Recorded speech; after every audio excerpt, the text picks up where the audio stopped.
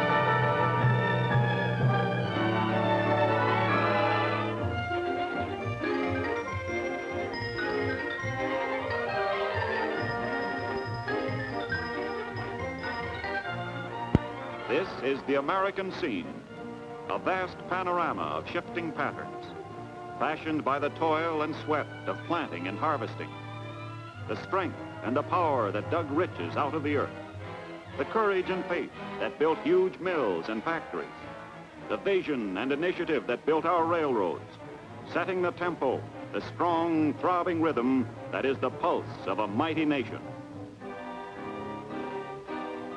Today, forged out of a heritage of work and struggle, America is the living symbol of the miracle of modern production.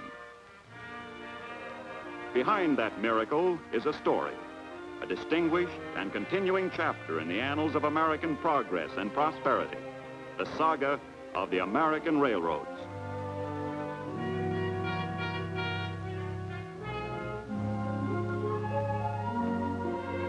Here was our country only a little more than 150 years ago, vast in territory, rich in natural resources, a land where opportunity waited only for men to come and grasp it. But in all its myriad forms, opportunity lay fallow. Lacking was the one basic vitalizing factor, adequate transportation. Economic progress has always been geared to the development of abundant and efficient transportation.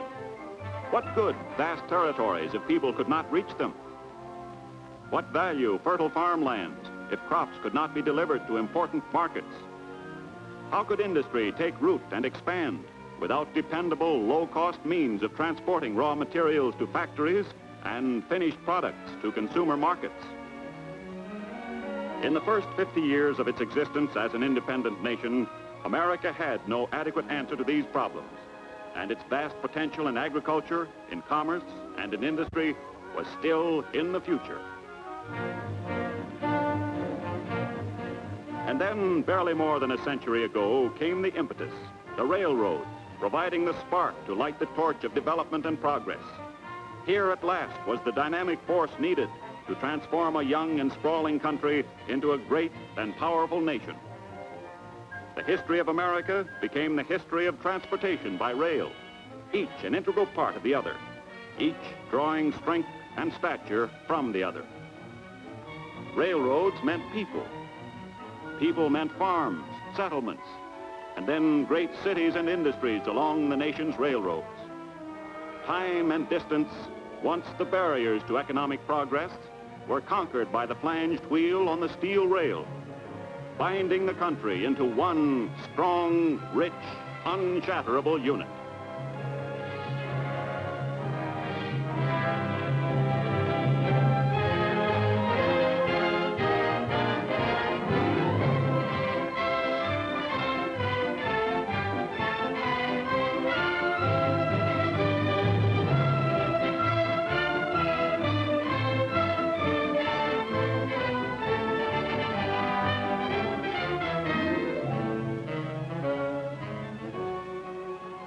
Railroads are the common denominator of American industry.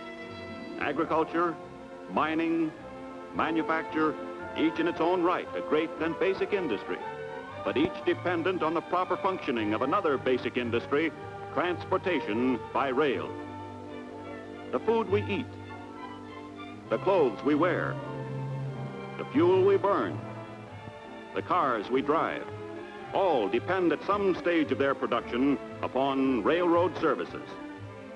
Golden grains from the plains of the north and west, on every grocery shelf, on every table. Fruits and vegetables from the Pacific coast and the far south, delivered by the railroads to arrive at destinations fresh as the day they were picked. Coal from Pennsylvania, from Kentucky, from the Virginias, Illinois, and a score of other states, transported to thousands of factories and millions of homes all over the land.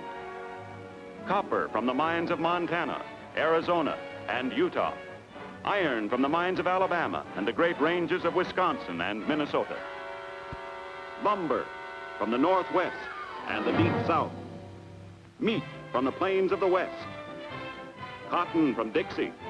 Oil from the mid-continent and the West Coast.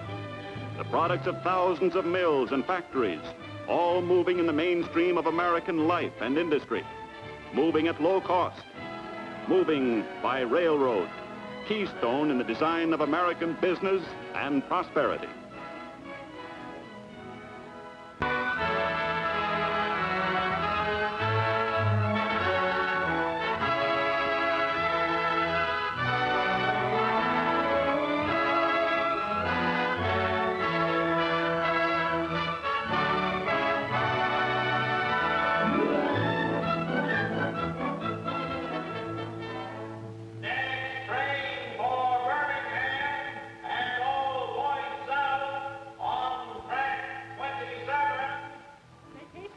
Drawing room. Round trip. Upper. Lower. Come in. Ticket, please. All aboard. Those are the words, the clicking of wheels, the music, set to the rhythmic tempo of America on the move. To accommodate Mr. and Mrs. traveling public, the nation's railroads are constantly at work, planning and building finer, faster, more modern equipment. Lightweight cars, the last word in streamlined comfort and spaciousness. Luxury day coaches with every convenience. New, more spacious dining cars. Comfortable lounge and club cars. All-room sleeping cars, modern hotels on wheels. Smoother riding trains, faster trains. Lower fare trains, combining the ultimate in service and dependability with safety, speed, and economy. These, the nation's railroads offer to the American public for visits to families, for business trips, for holiday trips to the nation's great and widespread vacation lands.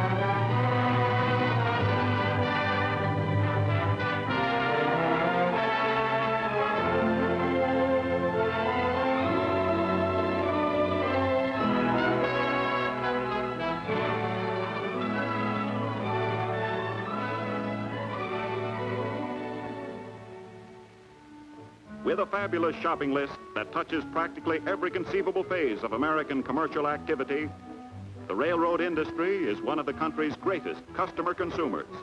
The railroads spend in excess of $1 billion every year for the products of American industry. Railroad needs go from toothpicks to cross ties, from paper clips to steel rails, from sheets and pillowcases to powerful locomotives. Railroads buy about 1/5 of all the coal that is mined in the United States and almost 1/5 of all the fuel oil sold in the country. Railroads buy about 1/5 of all the lumber that is cut. Iron and steel, railroads buy millions of tons every year to be converted into tracks and bridges, cars and locomotives. Railroads buy the myriad products of the nation's farms for the millions of meals served in their dining cars. They use everything in such quantities as to stagger the imagination. And their purchases, translated in terms of dollars and cents, help to enrich every facet of the nation's economy. Railroaders are substantial citizens, too.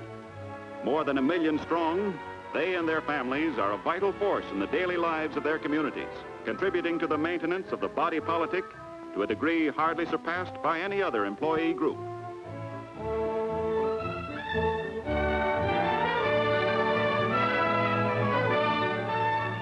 The railroads of America were created by the investment of more than $27 billion. Almost all of it, the invested savings of the American people. The money of millions of individuals put into the stocks and bonds of the nation's railroads, either directly or through the investments of savings banks, insurance companies, and other institutions which are the trustees of American savings. These investments have been utilized to acquire cars and engines, to build shops and stations, to provide the roadways, the tracks, bridges and signals, the yards and terminals, and all the other essentials of railroad operation. Among all the many agencies performing general transportation services, the railroads are unique in that they provide all of their own facilities, not only the vehicles in which they move the nation's business, but also the roadways over which this business moves. Railroads build these ways and maintain them at their own expense. And yet, on these tracks, as well as on all their other facilities, the railroads pay real taxes. Railroad taxes are not spent to provide and maintain railroad service and equipment. Railroad taxes go to help support the armed forces, the public health and safety, to help build and maintain public streets and highways, waterways and airports, every manner of public service. School taxes alone, which the railroads pay, are sufficient to keep more than 1 million children in school every year.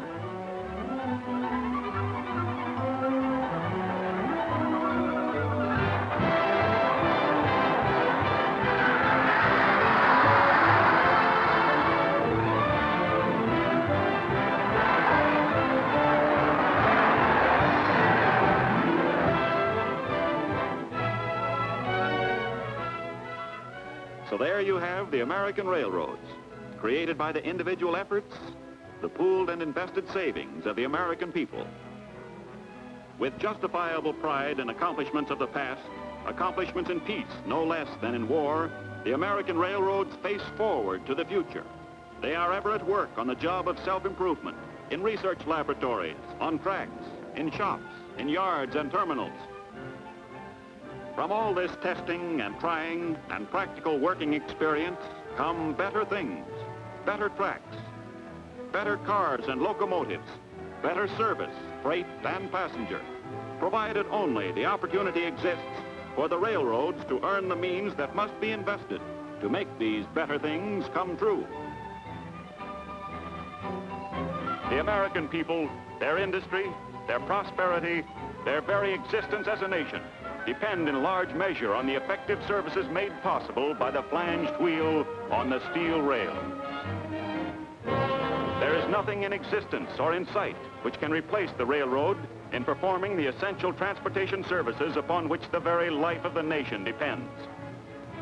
Given the opportunity, the American railroads will continue to serve the nation and her people along the proven pathway to continued progress and ever greater prosperity.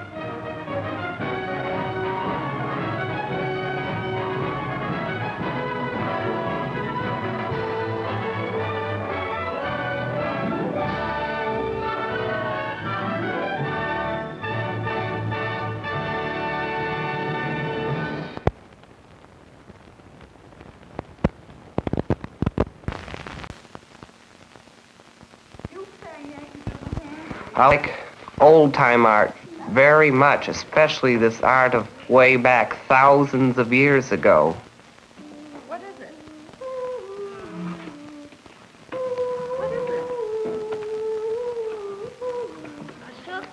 And there's a kind I dislike very much, which is pop art, because it's got too much food and Coke bottles in it. I see enough food 3 times a day, and it looks to me as if it hasn't got much thought to it.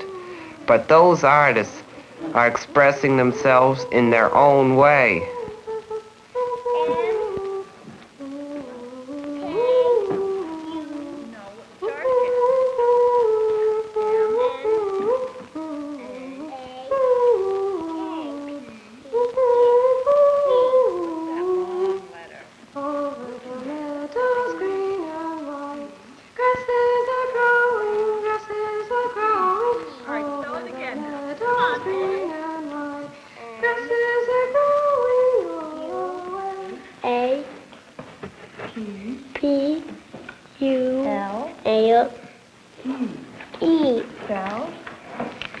Maple. Good. All right, now David, come here, and you have to go and get your little wire in because you have a song to sing. Lulu. Is it in there? No. No. What is your... This one. What is that? Art begins in seeing. David and Tommy are learning to see proportion and design in the shape of a leaf. Tommy is discovering that not all leaves look alike, that they have different shapes and different names. To help him tell one shape from another, Tommy has built a simple perception box. When he puts his leaf inside the box and looks at it, its structure is clearer and it's easier for him to identify it. Ellen already knows the name of her leaf. She is learning that names are made of letters, and letters have their shapes too. Tulip. T-U-L-I-P. Right. Come on. Good. Okay, Tommy, put one in your box. And we'll... Maple. Oh, good, Maple. All right. Why don't you try to make her leaf green? In a structured art program, training in perception is only a start. To Ellen, the challenge is not to identify the leaf, but to express how her leaf looks to her and how she feels about it. Blue and yellow to make like... Ellen's perception of visual order is unique, and with these paints, she is communicating the uniqueness of her vision. Ellen, like any artist, is engaged in the struggle to discover herself through her work. It demands creativity, skill, and effort, but deep pride of accomplishment will be her reward. She is making an artistic statement in a style that is her own. A gale. A girl? Yes. Oh, all right. You want to make a girl. Yes. Okay. Orange. Well, that's all right. What did you use to make orange? Yes, what? What? This and this. What are they? Red. Red and yellow. To make orange. And what did you want to make? Oh, I'll make orange. You make an orange leaf? All right. I use blue, yellow, red, blue, yellow, And then what colors will you use? black, red, yellow, blue, and red and blue. Ellen. Now I'm going to make a big humbug balloon. A big what? Big humbug balloon. What is that? That is a pumpkin. Look. Something that blows up? In this film, order and proportion in the shape of a leaf motivate children to seek balance and harmony in their creative expression. These children are mentally retarded, but they learn and they grow like boys and girls everywhere. This is their story. Oh, you mixed a lovely brown. How did you get that brown? Blue, red, and yellow.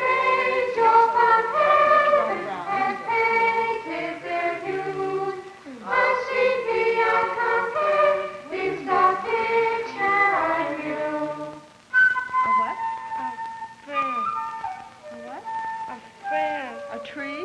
Yeah. A tree or a leaf? A leaf? What kind of a leaf? Looks like purple. Mixed up with blue.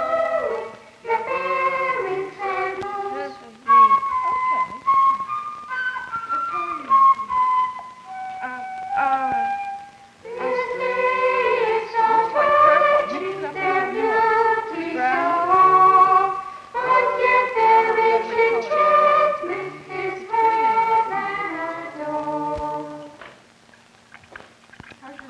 Batik was done so long ago and into the islands of Java.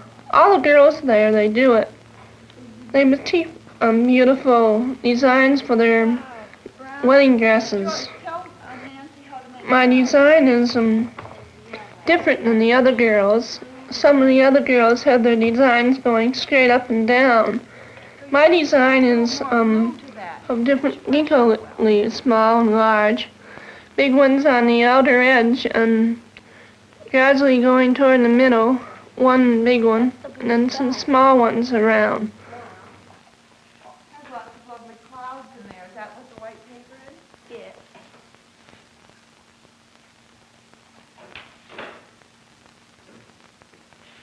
Painting with the wax, you have to keep the wax very hot, or you will, I'm not going to have if it gets too dry, will make a funny mark on your scar or where you're painting.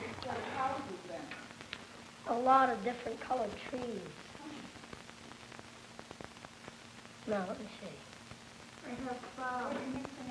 Green. With all this. You do. Nancy finally got brown, Joyce. Good. No. You're all set.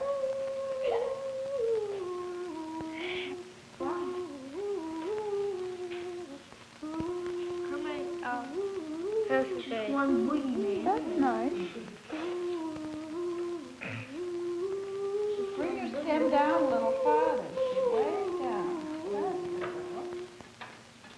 My colors are yellow, and then I dyed it a blue, and this made them, my second color turned green. My final color was brown.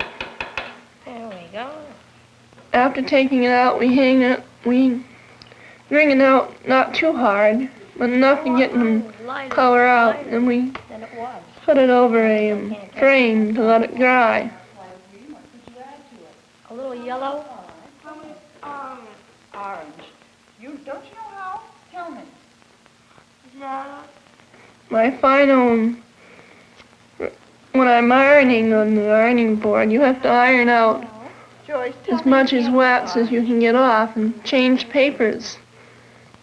Yeah. Well, I'll red, probably yellow. give it to one of my friends at home, or maybe my sister. One of them or maybe two I'll leave here, Doug, what so colors you other make? people, when I leave, may see the work we do.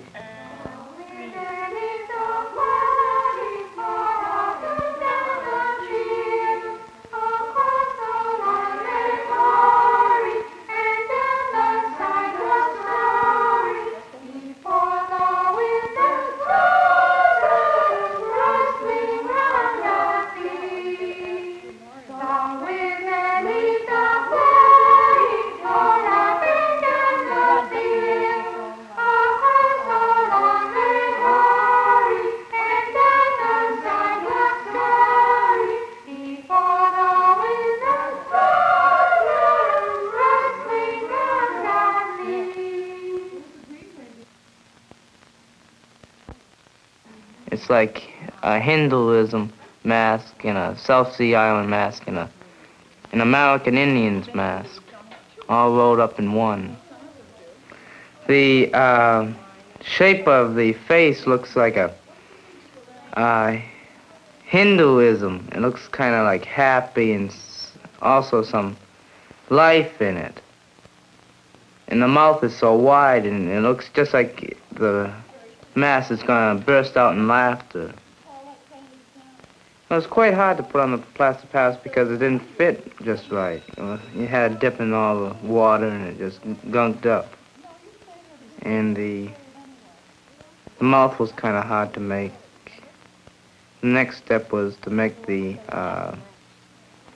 nose, and kind of fitting it around is quite hard.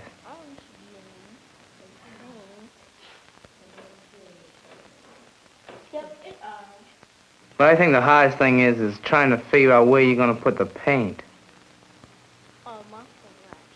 But the colors are something like people don't usually make. Like the brown is kind of brownish and not brown. And the red is like red, but it isn't red, or orange. And the leaves gives it a whole different outlook on life itself. All three colors, yeah. I got it all three colors. And I got onto something real hard, which is this rug. I put the warp on the warp board, and I had to make a cross. I started with yellow, red, and blue, and then I got purple.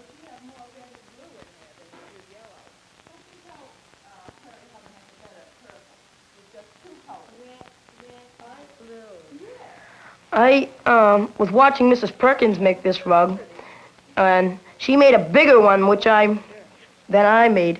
And I got interested in making one, so I thought I'd make one, something like hers. But she made squares in hers instead of strips like I did to mine. Yellow. Blue, I mean.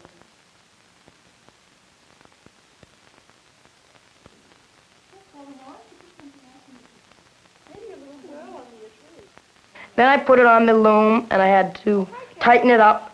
Then I started weaving with these flosser knots. And the rug got boring once in a while because I really wanted to go out and play most of the time. It looks like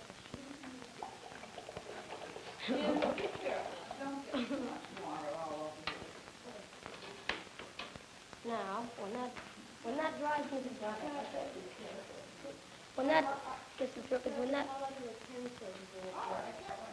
Perkins, when that dries, I'm going to put in the house. I'm going to put the leaf and the trees in the background after that dries. Well, I can't do it. It's going to dry. Make an interesting effect. Why don't you try it? Okay, I'll try it. I finally got through it, and I braided the bottom of the rug. And in Sweden, they make these most of all. And they sleep on some of them, and I might sleep on mine too. Rose and purple, blue and yellow, brightly the colors glow. Weave them all together, soft, soft and very fair. There's only hope of pretty fit for a queen to wear. Here we sit all weaving, weaving, threads weaving to and fro. Rose and purple, blue and yellow, brightly the colors glow. Weave them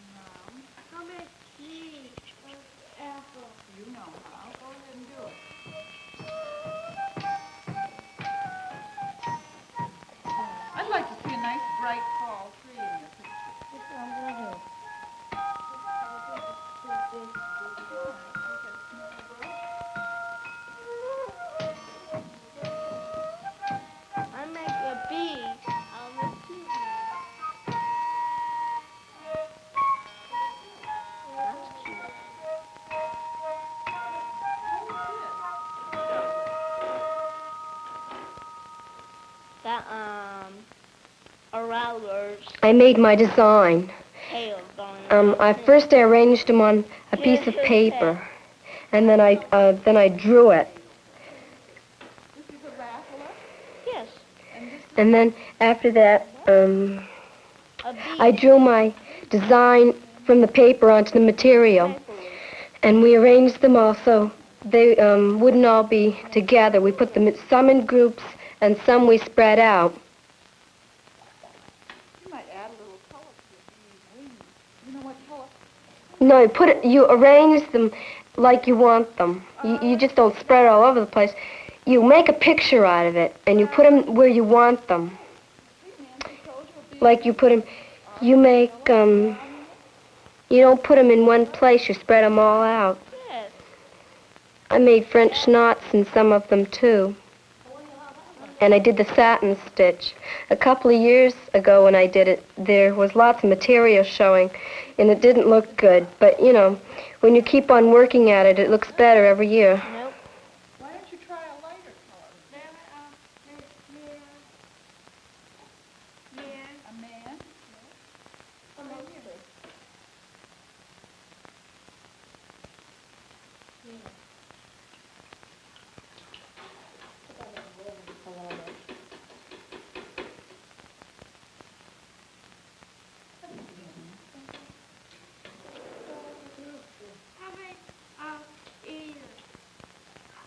Ears?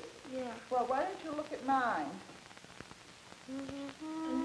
That's the girl? That's wonderful. Go ahead with your beads. It's not a tree. I put do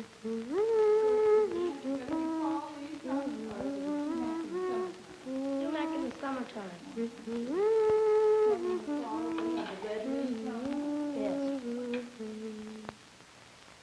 This is really in the fall, summertime, a little close to the summer.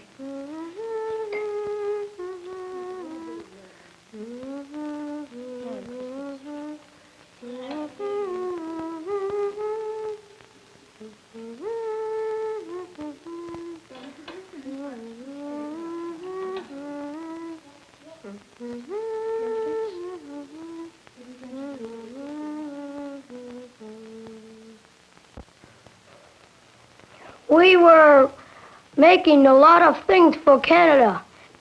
The boy I write to is Manon. It is a French name.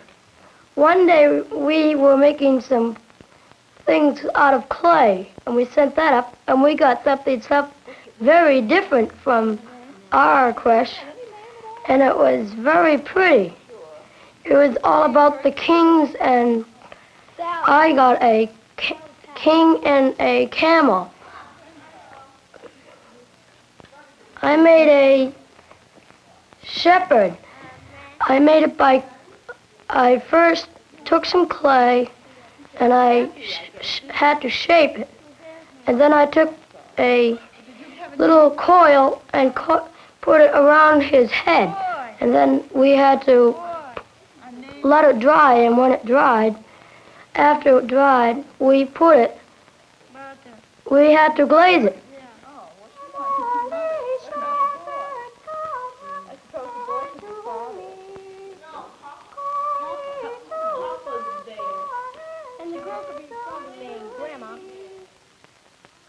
And when it was all glazed, we put it in the kiln.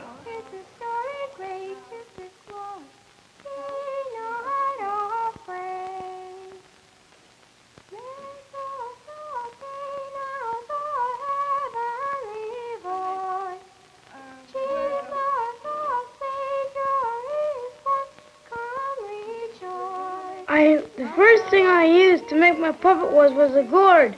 We hollowed out the gourd. Then after that, we start putting plaster around it and around it. Then we started to squeak the sequence by putting the eyes, nose, and mouth on with coils, with little coils, and shaping them out like we shaped them out just by putting them in. And for the nose, I used a round circle. And for the mouth, I used two long long strips of plaster.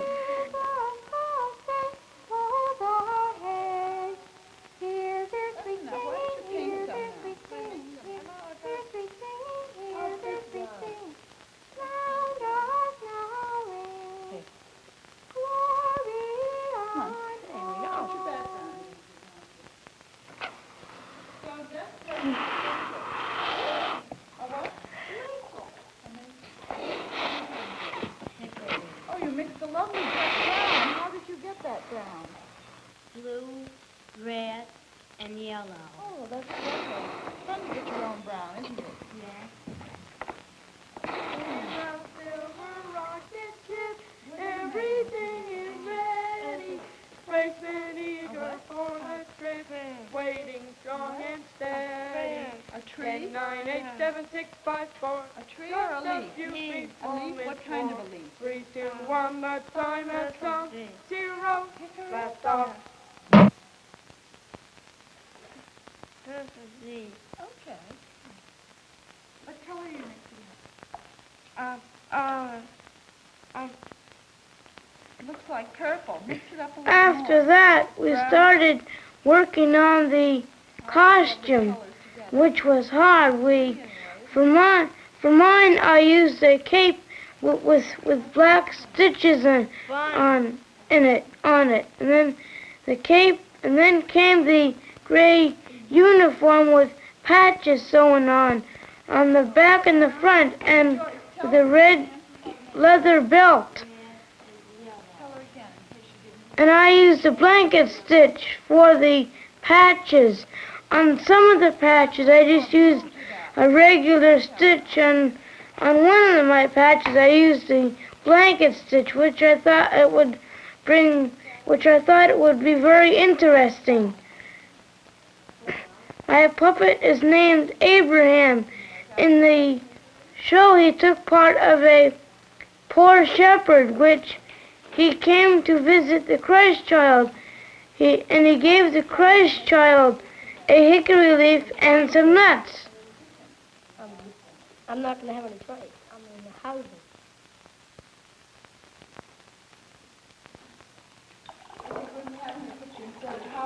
And then the boys and me opened the kill, and it looked so pretty, I almost cried right there. Green. With all this. Joe. Nancy finally got brown, Joyce. Behold our branches growing of loveliest form and grace, as prophets sung for knowing it springs from Jesse's race, and bears one little leaf in midst of coldest winter, at deepest midnight hour. Isaiah hath foretold it in words of promise sure, and Mary's arms enfolded, a virgin meek and pure, through God's eternal will. This child to her is given, at midnight calm and still. Many years ago in France, people sang Christmas carols around the creche, just like the one we sent to Canada. And movable figures were added, and little Christmas puppet shows developed. The showmen added funny parts to the Christmas story.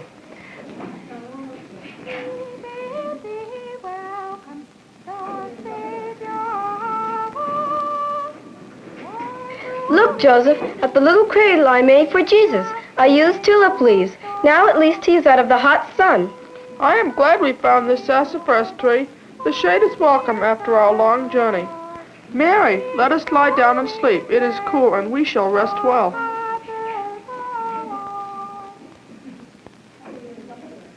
What is this? A family sleeping in a field under a sassafras tree? How peaceful they look.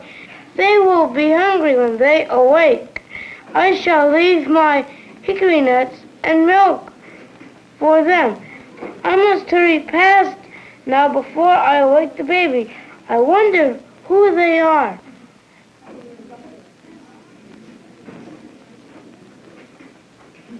Sweet nightingale, awake, come from fair warbler now, high in the tree of yonder bright sweet music quickly make. For Jesu mild, him God gave us for to save us, he forgave us. Sing, sing, sing, sing, and praise the holy child. Joseph, wake up. We must hurry now. I need to find a house for little Jesus before another night. How I wish I had some food for the baby and for you, Joseph. Oh, look, some lovely nuts and some milk. How good someone has been to us. What is that bright light? I have come to lead you to a resting place. Follow me, and we shall go to a stable in Bethlehem. Thank you. You are kind. Come, Joseph. We shall follow the angel. 3, 2, 1, 0, blast off. I wonder what is wrong with the rocket, Melchior. We decided this was the easiest way to get to Bethlehem. Now we can't get the rocket off the ground. Casper, come out of the rocket and help us. I just called the tower. They don't know what is one. Well, I guess we will just have to go by camera, and we won't have to worry about getting them off the ground. How I wish I had a gift for the Christ child. I wonder perhaps the Christ child would like a hickory leaf. I have one more left from fall. I must run quickly and get my last hickory leaf. Shepherds come riding into Bethlehem. Merrily they sing and play their pipes with them. Deeply now they bow to Mary, wondering how to greet the child, Jesu mild. Deeply now they bow to Mary, wondering how to greet the child, Jesu mild. Shepherds come running into Bethlehem. Shepherds come running into Bethlehem. Deeply now they bow to Mary, wondering how to greet the child, Jesu mild. Deeply now they bow to Mary, wondering how The gifts from the wise men and the shepherds are so welcome. Jesus is gay and happy. My name is Abraham. I am a poor shepherd, but I do want to see the Christ child. I have a tiny gift, only a hickory leaf. Maybe the baby would like to play with it. Why, Abraham, you must be the one who left milk and nuts for us. You fed us when we were so hungry. And of all the gifts, gold, frankincense, and myrrh, little Jesus loves his hickory leaf best. Behold, kind shepherd, you and your family will be blessed with a long and happy life. Rock up, my Jesu, my soul's fairest treasure. Rock up, my Jesu, my love knows no measure. Rock up, my Jesu, sweet close, I will hold thee. I'll hold thee as my loving arms do unfold thee.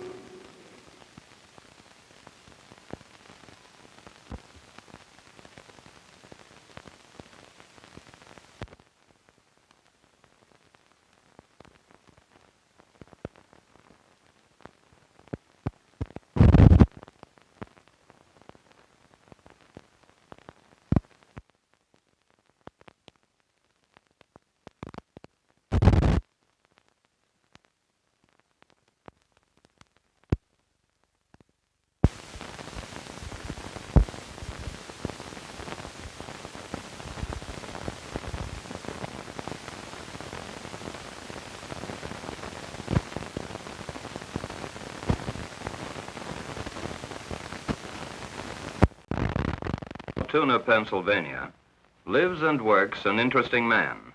He is Dr. Fred D. Miller, a dentist. The interesting thing is that the people in his practice are different in one respect. They enjoy unusually good dental health as a group, way above average. They're people you'd like to know, so we want you to meet them. Mrs. Jones, this is Dr. Miller. Billy is on his way home now. Yes, everything was fine. His teeth and gums are in fine condition, strong and healthy as can be. I'm proud of that boy. This is the third time he's had his teeth cleaned and no other work was needed. I wish I could have grown up with the teeth and health he has. Oh, yes. In fact, I was a bad dental cripple before I finished school 40 years ago. And I found out the hard way that it was all a preventable tragedy. It just didn't have to happen at all. That's why I have concentrated all these years on learning and helping others to learn how to prevent bad teeth, how to keep them sound and healthy. And not only healthy teeth, but a completely healthy body. Thank you, Mrs. Jones, and thank you for your cooperation. With that kind of help, the secret of health is very simple. Goodbye. Would you like to know the secret, too? Actually, of course, it's no secret. It's just something waiting for people to learn. No, there isn't any hocus pocus about it. No magic. It doesn't hurt, but you have to put your mind to it. If you do, then you may have teeth like these. Here are twins, not a bit of tooth decay in their mouths. This girl didn't have a good start by any means. At the age of 6, she had horrible baby teeth. She was a nervous, frightened child. But she and her parents learned about good dental health, and they stuck to it. Today, she is a healthy, active young lady. She has healthy bone and gums and beautiful permanent teeth. Her mouth looks just as good as the mouths of other patients of mine, patients who got off to a much better start. These youngsters, all in one family, are as healthy as can be. These fine teeth belong to some of those who came to the office one day to have their pictures taken. There were 32 young people, all between the ages of 5 and 28, and they all had perfect teeth without a single cavity.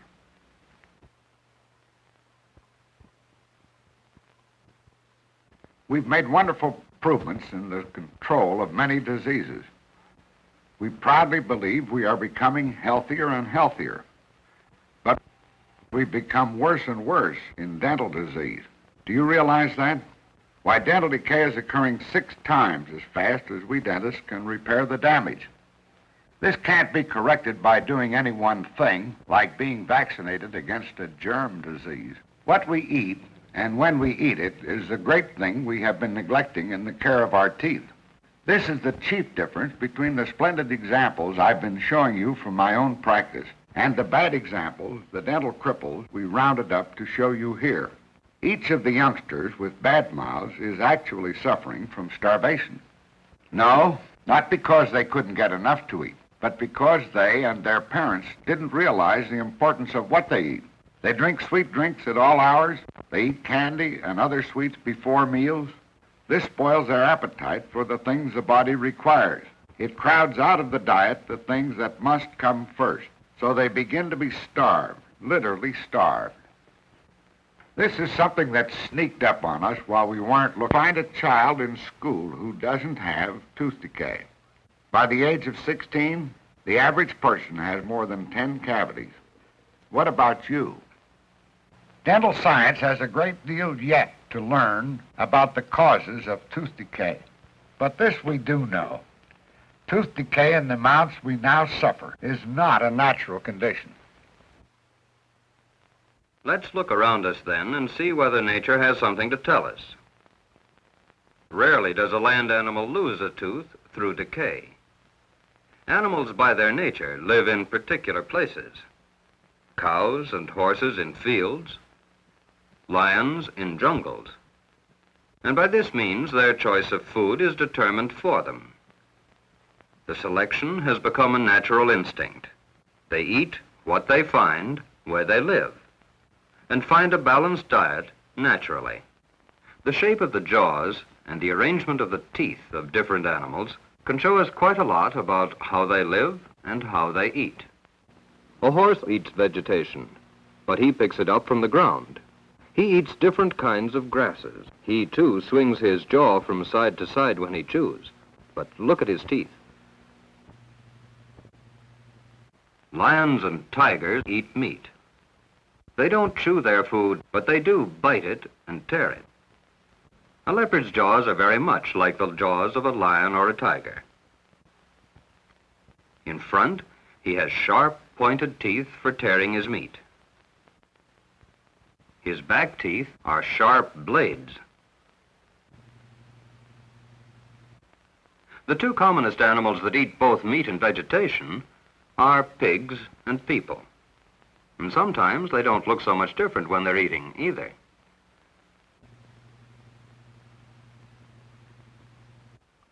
The teeth of the human are less differentiated than those of the browsing animals. The front teeth are cutting teeth. The back teeth are flattened for grinding. We've had to become able to eat a very large variety of foods wherever we might be. Would you like to see how the action of the jaws and the teeth would look if you had X-ray eyes? An X-ray camera sees this. Many of our foods cling and stick on the teeth like this. As we'll see, some of our other foods naturally help us take care of this.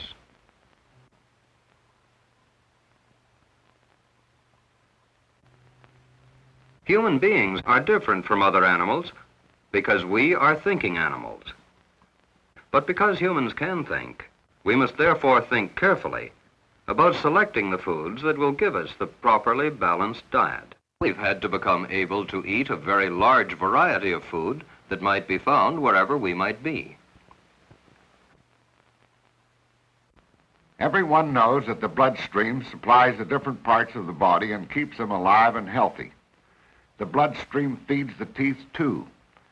Here in this diagram you can see where the blood vessels and nerves enter the tooth and go into the pulp chamber. Through these little tube-like openings in what we call the dentine, a strong bony-like material that is the main part of the tooth, and here, forming the surface we see, is the enamel, the hardest substance in your body. Whether you remember these names or not, remember that the tooth is alive, so don't wait for a toothache to remind you of it. It's alive and must constantly be nourished, and the enamel, hard though it is a place where the cavities start. Once the enamel is damaged by a cavity, it is lost forever. It will never grow together again, as a cut on your finger does. You have to go to the dentist to get it filled. Now here is a slice of the tooth mounted in clear plastic. We wanted to see if we could take a picture of a cavity forming. So we went to John Ott, who is a specialist in this kind of photography.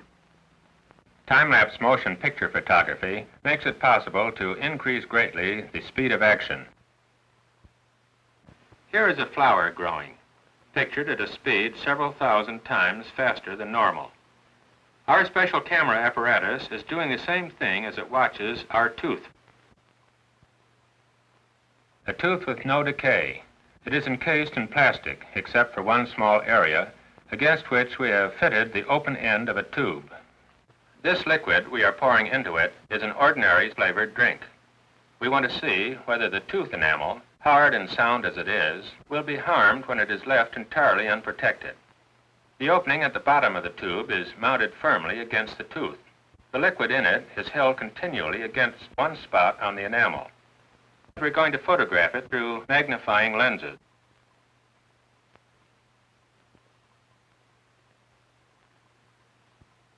Whatever change takes place will be speeded up so we can see it occur. When we see it in time-lapse, we're going to be so near it that only a part of the tooth will show. Here it is. The tooth is at the right. The irregular line to the left is where the edge of the tooth and the open end of the tube are sealed together. Keep your eye there. 1 month has passed. See that darkening? That's where the liquid is eating its way into the tooth enamel. The penetration goes more slowly through the 4th and 5th months. This experiment was based on a technique devised by Dr. F.C. Bisick of the University of Chicago. We might have tried any one of a number of foods or beverages, but this flavored drink was convenient for our purpose. The tooth was unprotected, no brushing, no help from the foods that cleanse as we eat them. Unfortunately, when a cavity once gets started, it almost never stops growing by itself. It just continues getting larger and larger until the damage begins to affect the dentine. And then the nerve begins to carry pain sensations, and pretty soon it's too late to do anything except to take the tooth out. The loss of even one tooth can be serious. It causes those on each side of the gap to be displaced, unless an artificial one is inserted. This time, our example is a 54-year-old gentleman. Isn't it remarkable how good his teeth are? All 32 of them. He is Dr. Clive McKay, professor of nutrition at Cornell University. Dr. McKay will show us why the order in which we eat our foods is important. After eating sticky food, eat something that is juicy and crisp. So next, an apple. Dr. McKay agrees with me there is something more here than the cleansing effect of the fruit on the teeth. The juicy flavor of the apple starts his mouth watering, increasing the saliva flow. That's important, because the saliva has the job of helping to shield and protect the teeth against decay. Its ability to do so depends, of course, on our general nourishment and health. We can see this again with another of my patients, Bill Hughes.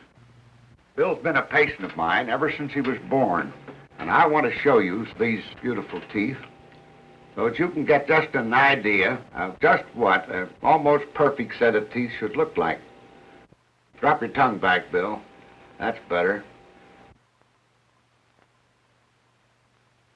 Now snap your teeth together, Bill. Hard, hard, harder. That's the way teeth should sound. Now let's look at these gums. Now close, Bill.